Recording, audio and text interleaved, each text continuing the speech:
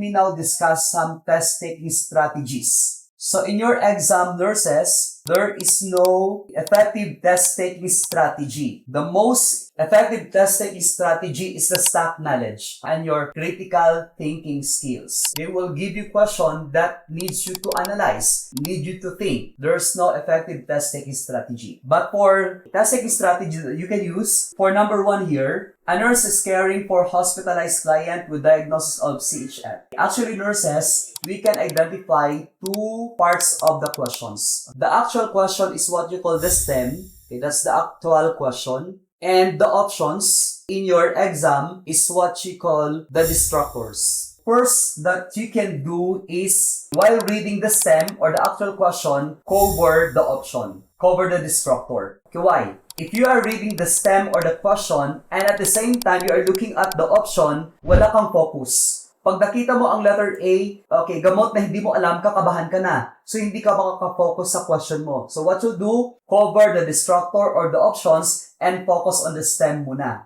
And while reading the STEM, try to recall everything about the topic. Okay, so the first thing that you're going to do is that to prevent your anxiety, cover the distractor first. Then focus on the STEM or on the question. Cover the option or the distractor in order to decrease your anxiety. Because if you are reading the STEM or the question, and at the same time you are reading the options, and may nakita ka doon na hindi mo alam, the more ka na magkakaroon ng anxiety. The more ka na hindi makaka-focus sa question. So focus on the STEM, focus on the question by covering first the distractor or the options. Okay? That's one thing that you could do in your exam. Okay, so let's have number 1. A nurse is caring for hospitalized client with diagnosis of congestive heart failure. So your case is congestive heart failure. Who suddenly complains of shortness of breathing and dyspnea. So CHF is your case, SOB, and dyspnea. The nurse take which immediate action? You are talking about the immediate action. Alright, immediate. So may gagawin muna ang nurse.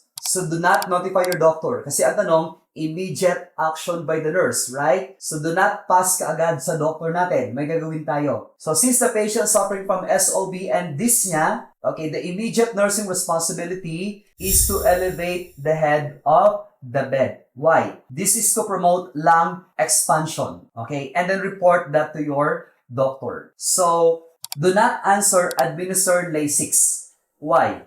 If you administer Lasix, yes, that's correct because you have congestive heart failure. And one of your medication for CHL, congestive heart failure, is Lasix para ma-pull natin ang fluid from the lungs, okay, and other tissues and para maihi ng client natin. Am I correct with that? But giving of your Lasix will not answer the SOB and dyspnea immediately. Okay, this is what? Your dependent nursing action. So the best answer here is letter C. Avoid over-analysis. And according to some expert, this number 1 question, most of the student here, 80% of the student answered letter D. Administer Lasix. Why? Nag-over-analyze na kasi sila. Okay, ano ginawa nila? CHF ang case na SOB, nahirapan siya huminga, may dyspnea, so may pulmonary edema. Okay, pag may pulmonary edema, bigay na ng Lasix. Sinabi ba sa number 1 na may pulmonary edema? Wala pa. So since wala pang pulmonary edema, do not overanalyze. Just be contented kung ano yung binigay na content sa STEM natin. Yung binigay na content is only SOB and dyspnea. This will not suggest pulmonary edema. So you have just to answer the SOB and the dyspnea by expanding the lungs of the client. So in number 1, test taking strategy, avoid over-analysis.